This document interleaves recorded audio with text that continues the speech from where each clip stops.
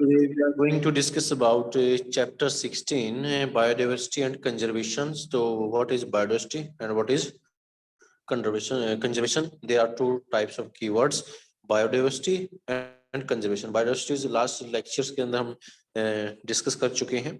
What is biodiversity? Bio and diversity. Bio means life and diversity means varieties. तो life में जो varieties होती हैं उसको बायोडाइवर्सिटी बोलते हैं. और उस बायोडाइवर्सिटी को बचाए रखने के लिए कंजर्व करना कंजर्वेशन कहलाता है. और उसको सुरक्षित रखने के लिए जो गवर्नमेंट्स की जो पॉलिसीज हैं कौन कौन सी हैं, क्या है, किस तरीके से हम उस लाइफ को बचा सकते हैं, उस वेराइटीज को बचाए रख सकते हैं. तो ये चैप्टर है आपका biodiversity and conservation. Last class में हम जो डाइवर्सिटीज को डिफाइन कर चुके थे, जेनेटिक बायोडाइवर्सिटी, जो डाइवर्सिटीज की जो टाइप्स हैं, इंपॉर्टेंस डिस्कस कर चुके थे.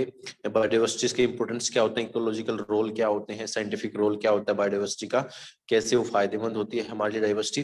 फिर हम लॉस ऑफ डाइवर्सिटीज को डिस्कस कर रहे थे कि भाई जो डाइवर्सिटी का लॉस होता जा रहा है, तो वो लॉस होते होते जो IUCN के थ्रू डिफाइन किया गया था, 3 कैटेगराइजेशन किया गया था कि भाई जो लॉस ऑफ बायोडाइवर्सिटी हो रहा है, जिसमें सबसे पहले जो था एंडेंजर्ड स्पेसीज था, और उसके बाद फिर एक जो स्पेसीज था आपका वुल्नरेबल स्पेसीज, और उसके बाद फिर रेयर स्पेसीज. तो ऐसे 3 कैटेगराइजेशन किया गया था मेन. वैसे तो IUCN के थ्रू क्या होता है, रेड डाटा बुक इशू की जाती है. लास्ट क्लास में आपको जो होमवर्क दिया था तो आपने देखा भी होगा कि जो IUCN के थ्रू क्या होती है, रेड डाटा बुक होती है, जिसमें 8 जो है कॉलम्स बनाए जाते हैं, 1 2 3 4 7 8. तो उसमें स्पेसीज को कैटेगराइज किया गया. उसी में से 3 कैटेगराइजेशन जो है वो कौन कौन सा है, रेयर स्पेसीज, वुल्नरेबल स्पेसीज और एंडेंजर्ड स्पेसीज. अब बात करते हैं conservation of biodiversity. Conservation of biodiversity. The biodiversity is important for human existence. All form of life are so closely interlinking that disturbance in one gives rise to imbalance in the others. If a species of plants and animals become endangered, they cause degradation in the environment, which may threaten the human beings' own existence. So biodiversity is importance for human existence. All the form of life are so closely interlinked that disturbance in one gives rise to imbalance in the others. तो जैसे आपने देखा कि conservation जो होती है food chain होती है, जिसमें ग्रास नहीं होगा तो फिर ग्रास होपर कहाँ से गुजारा कर पाएगा, ठीक है ना. तो ठीक है, ऐसे एक फूड चेन में सभी जो लाइफ्स को अपना अपना प्लेस जो है वो इम्पोर्टेंस होता है, और वो सेकंड प्रोडक्ट के लिए भी क्या होता है, इम्पोर्टेंस रखता है. तो अगर कोई जो डाइवर्सिटी लो हो जाएगी तो उससे नुकसान होगा आने वाले टाइम में. तो जैसे कई बार आपने देखा होगा कि जैसे फॉरेस्ट में लेते हैं डाइवर्सिटीज होती हैं, तो डिफरेंट डिफरेंट टाइप्स की ग्रास एरियाज होते हैं, तो वो आप एज ए मेडिसिन उसको यूज भी करते हैं. तो जैसे पेड़ जो होता है छायादार होता है, तो पेड़ जो होता है छायादार होता है, लेकिन कुछ पेड़ ऐसे होते हैं जो हमारे लिए फायदेमंद है, कहीं ना कहीं वो हमारे ज्यादा फायदे में आते हैं.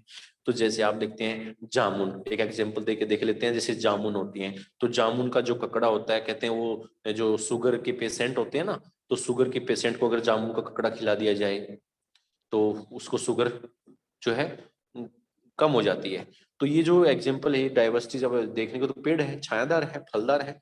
अब अमरूद है तो अमरूद वाला है, या जो मैंगो है तो मैंगो का जो, तो वो जो डाइवर्सिटी है कहीं ना कहीं वो क्या होती है, कभी ना कभी हमारे काम आती रहती है. तो एक छायादार वृक्ष का मतलब ये नहीं कि सभी छायादार वृक्ष एक जैसे होते होंगे. तो जैसे अमलतास, एक अमलतास होता है सड़कों की साइड में लगा होगा. तो अमलतास जो है ना, एक ऐसा मेडिसिन के तौर पे यूज होता है जो इंग्लिश मेडिसिन के द्वारा क्यूरेबल भी नहीं है. तो ठीक है, ऐसे कहीं ना कोई प्रोडक्ट यूज होता है. तो जैसे आपने देखा होगा कि भाई जब प्लेटलेट से बुखार होता है तो प्लेटलेट्स कम हो जाती हैं, तो बकरी का दूध पिलाया जाता है. तो दूध देने वाला तो आपके पास गाय भी है, भैंस भी है, लेकिन बकरी, अब बकरी वहाँ उसके जो मिनरल्स होते हैं उस दूध के अंदर, वो जो पौष्टिकता है आपके, वो प्लेटलेट्स को बढ़ा देती है. तो ठीक है, ऐसे ही कहीं ना कहीं डाइवर्सिटी क्या होती है, हमारी लाइफ के लिए फायदेमंद होती है. सोच के देखो, अगर बकरी ना हो तो वहां उस मेडिसिन से क्योर करना बड़ा मुश्किल हो जाए, ठीक है ना. तो इसी तरीके से डाइवर्सिटी कहीं ना कहीं हमारे फायदे का सौदा होता है, और उसे हमें बचा कर रखना चाहिए.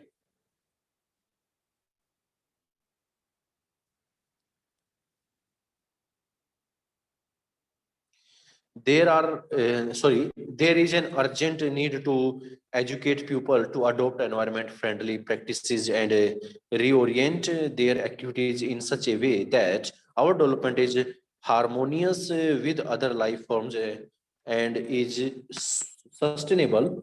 There is an increase consciousness of the fact that such conservation with sustainable use is possible only with the involvement and cooperation of local communities and individuals. For this, the development of institutional structure at local levels is necessary. The critical problem is not merely the conservation of species nor the habitat, but the constitutions of process of conservation. The government of India, along with 155 other nations, have signed the Convention of Biodiversity at the Earth Summit held Rio de Janeiro, Brazil in June 1992.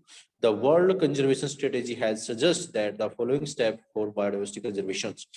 तो भाई हमें लोगों को educate करना होगा और जो sustainable developments के मामले में जो हमारे आज के डेट में जो यूज कर रहे हैं, जैसे मोटर व्हीकल एक्ट लेके आए हैं, भाई काफी सारे मोटर व्हीकल यूज करते हैं हम, पोल्यूशन इंक्रीज हो गया है, तो उन चीजों की तरफ भी ध्यान देना पड़ेगा।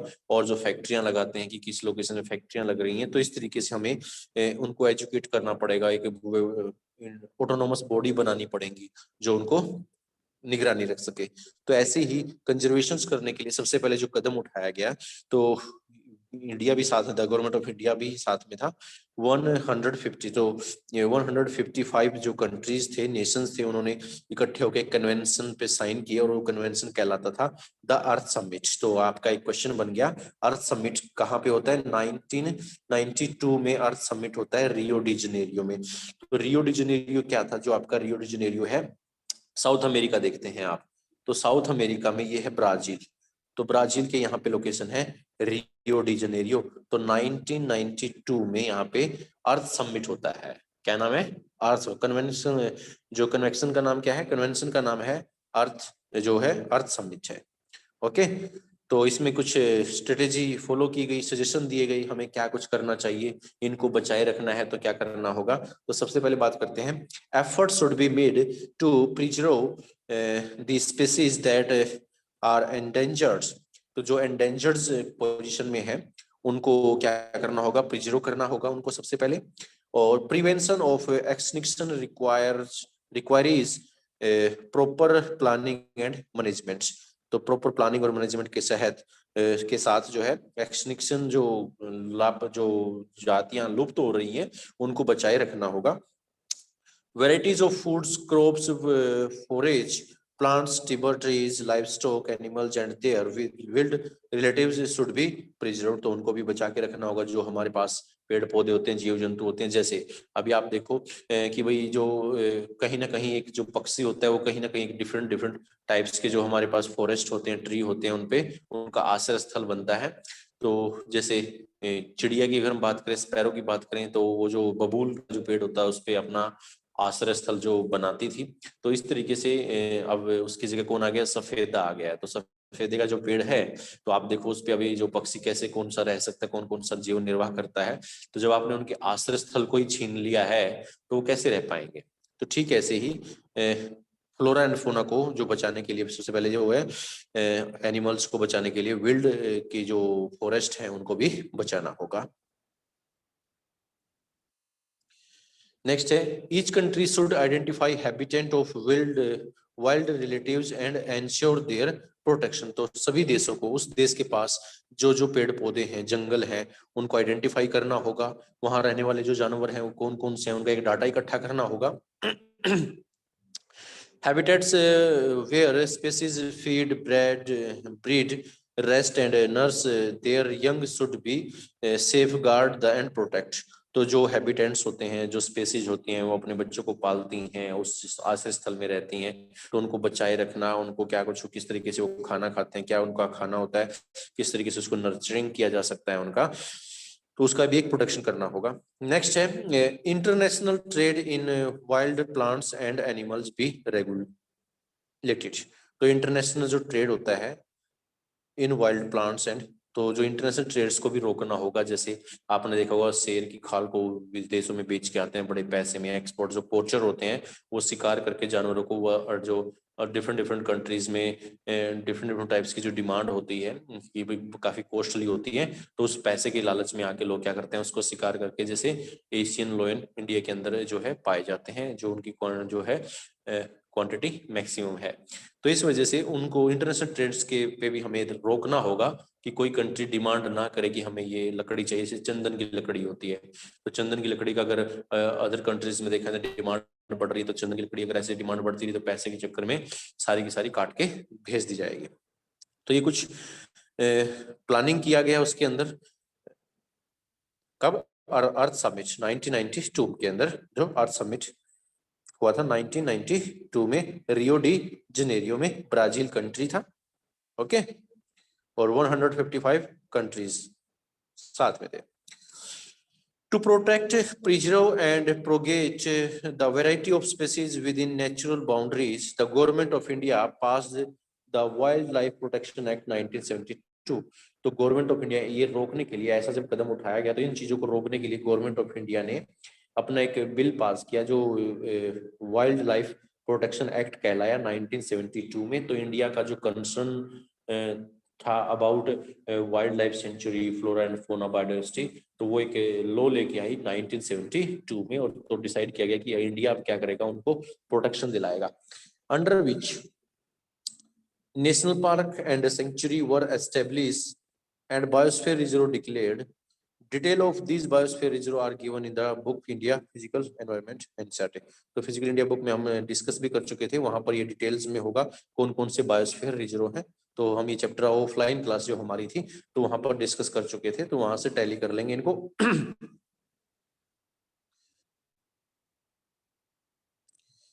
There are some countries which are situated in the tropical region. They possess a large number of world species diversity. They are called mega diversity center. They are called mega diversity centers. तो mega diversity centres कौन से हैं? जो country equatorial zone पे देखने को मिलते हैं, तो वहां पर डाइवर्सिटी मैक्सिमम है, तो इसको मेगा डाइवर्सिटी सेंटर्स बोलेंगे। तो कंट्री कौन कौन से हैं? There are 12 such countries. तो यहाँ पर 12 सच कंट्रीज कौन कौन सी हैं जो इस बेल्ट के अंदर, जिसमें सबसे पहले आता है Mexico, Colombia, Ecuador, Peru, Brazil, Democratic Republic of Congo, Madagascar, China, India, Malaysia, Indonesia, Australia, in which these centers are located in order to concentrate resource on those areas that are most vulnerable. And International Union for the Conservation of Nature and Natural Resource IUCN has identified certain areas as biodiversity hotspots। तो अपना India भी जो mega diversity centres के अंदर calculate होता है, 12 जो है कंट्रीज इसके अंदर आते हैं, और जहां पर ये मैक्सिमम टाइम्स जो डाइवर्सिटी मैक्सिमम होती है, तो उसको आईसीयूएन ने क्या है, हॉटस्पॉट डिफाइन किया है। तो hotspot define according to their vegetations. Plant are important because they these determine the primary productivity of an ecosystem. Most but not all of the hotspots really on species rich economy ecosystems for food, firewood, croplands, and income from timber. In Madagascar, for example, about 85% of the plants and animals are found nowhere else in the world. Other hotspots in wealthy countries are facing different types of pressures. The island of Hawaii have many unique plants and animals that are threatened by introduced species and land developments. तो इसी तरीके से जो ये hotspots हैं, hotspots में different types के flora and fauna देखने को मिलेंगे, और ये जो एक सिटी मेगा डाइवर्सिटी सिटी देखने को मिला वो ट्रॉपिकल रीजन में मेगा डाइवर्सिटी सिटी देखने को मिला। तो यहाँ पर हम देखेंगे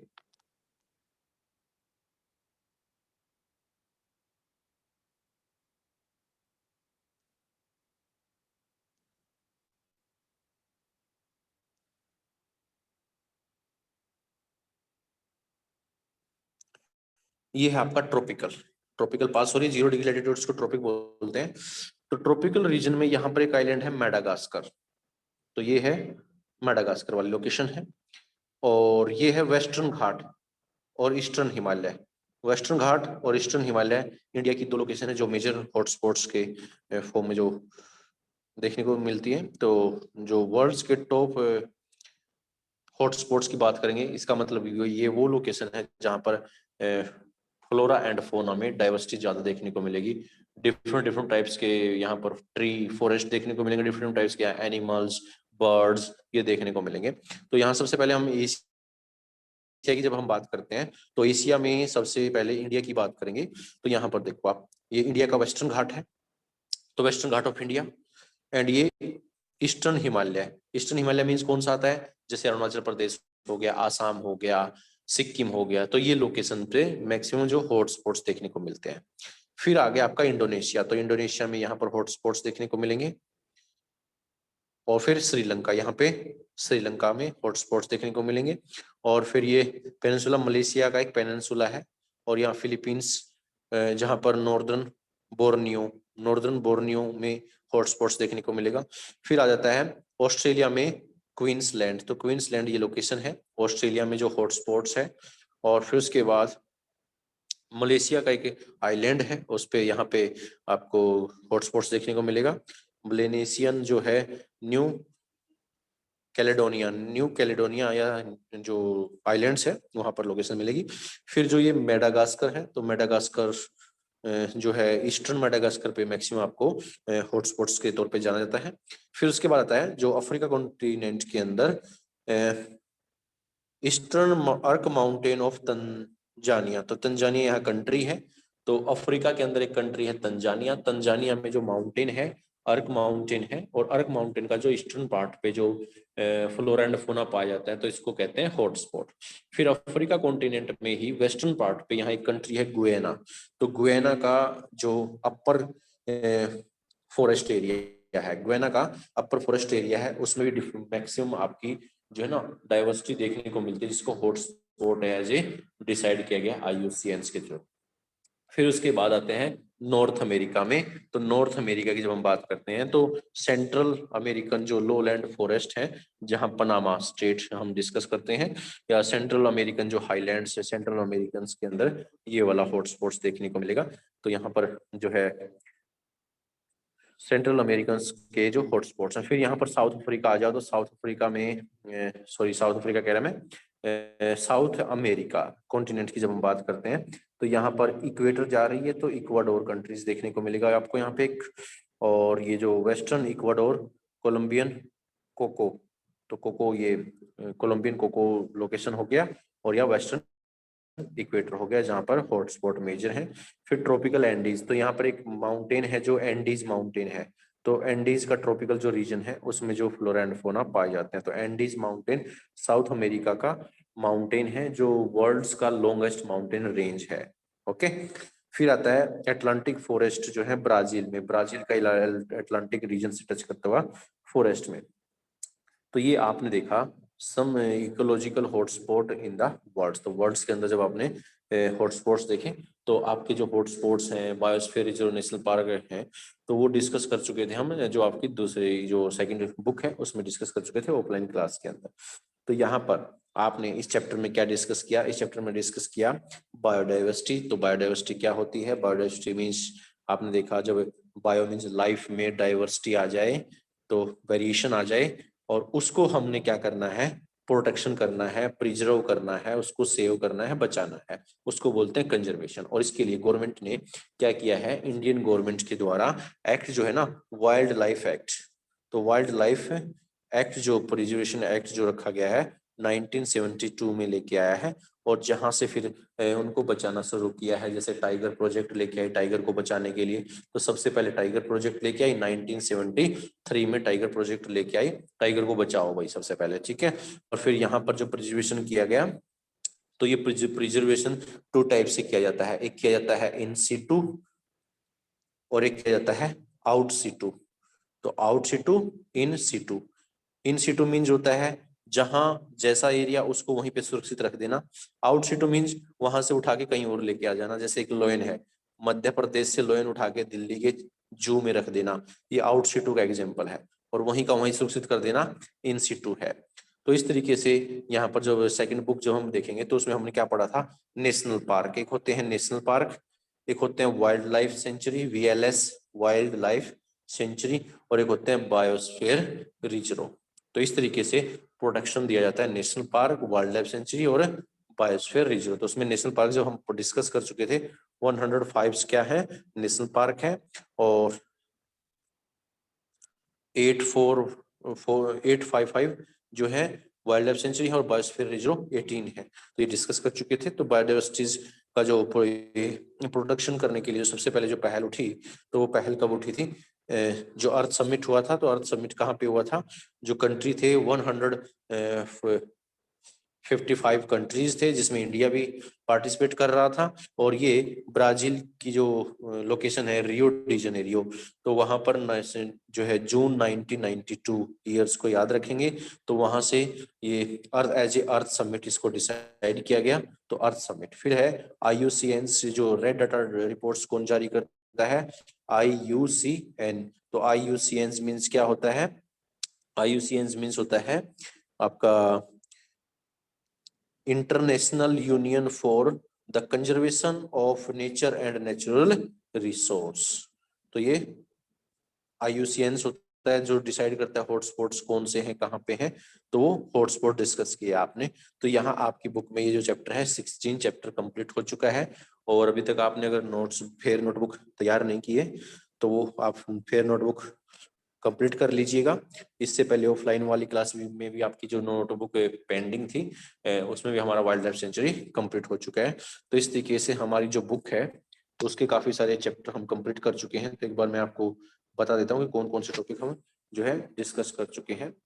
तो अब तक के जो टॉपिक डिस्कस कर चुके हैं हम,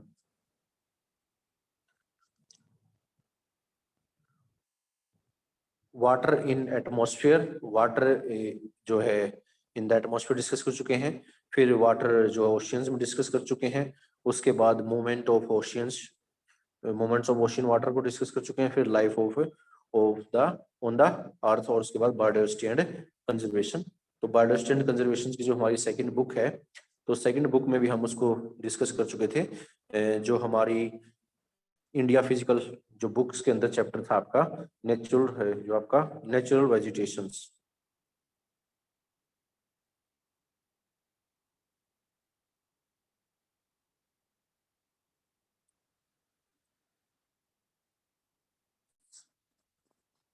तो नेचुरल वेजिटेशंस में हम फॉरेस्ट को डिस्कस कर चुके थे, डिफरेंट टाइप्स के फॉरेस्ट थे।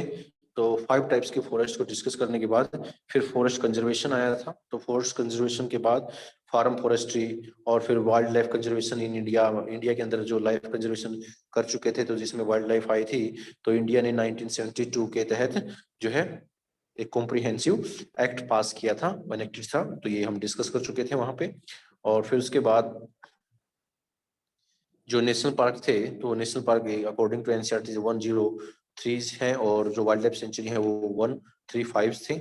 और उसके बाद फिर हम जो है यूनेस्को को डिस्कस कर चुके थे। यूनेस्को में डिस्कस करने के बाद जो सबसे पहले टाइगर प्रोजेक्ट्स जो लेके आए थे 1973 में, फिर उसके बाद एलिफेंट प्रोजेक्ट आया था 1992 में। एलिफेंट को प्रोटेक्शन दिलाने के लिए गवर्नमेंट ने जो है प्रोटेक्शन जो टारगेट प्रोजेक्ट निकाला था। फिर एक 2008 में डॉल्फिन प्रोजेक्ट आता है, डॉल्फिन को बचाया जाता है। तो ये दोनों चैप्टर को मिलाने के बाद आपका कॉम्बिनेशन अच्छा बन जाएगा। तो कंजर्वेशन हो रहा है, तो बायोस्फीयर रिजर्व बनाए जा रहे हैं। और बायोस्फीयर रिजर्व में जब सबसे पहले जब हम बात करेंगे तो नीलगिरी, तो जो नीलगिरी की लोकेशन जो देखने को मिलेगी, कहाँ मिल, तो ये नीलगिरी आपको नीलगिरी की जो हिल स्टेशन है। फिर उसके बाद नंदा देवी, नंदा देवी आपको उत्तराखंड में देखने को मिलेगा। नोक्रेक। तो ये list of biosphere reserve discuss कर चुके थे हम आपकी ऑफलाइन क्लास के अंदर। तो ये दोनों चैप्टर आपके, इन दोनों चैप्टर को कंबाइन करके आप स्टडी करेंगे तो एक बैलेंस बनेगा। क्यों बैलेंस बनेगा, क्योंकि पहले आपने फॉरेस्ट जो इंडिया के अंदर फॉरेस्ट एक बार आप रिवीजन ले लेना उस चैप्टर का, वेजिटेशन का। तो सबसे पहले आपने देखा फॉरेस्ट, डिफरेंट डिफरेंट टाइप्स के फॉरेस्ट होते हैं। तो फॉरेस्ट ही तो प्रोटेक्शन दिलाते हैं। फिर उसके बाद आपने चैप्टर पढ़ा कि भाई जो कंजर्वेशन, जो बायोडाइवर्सिटी क्या होती है, उसके अंदर रहने वाले जो डिफरेंट डिफरेंट टाइप्स की जो लाइफ है उसी को डाइवर्सिटी बोलते हैं, और उसी को फिर बचाने के लिए गवर्नमेंट का प्लान है। तो कीवर्ड्स क्या क्या याद रखने हैं? IUCN याद रखना है आपने, फिर यूनेस्को याद रखना है, फिर उसके बाद आपने क्या रखना है? National park, wild life sanctuary, biosphere region. तो ये कीवर्ड्स आपको ध्यान रखने, इन पे नोट्स बना लेने हैं आप लोगों ने। So now the chapter is over. Thanks for watching this video. Have a nice day.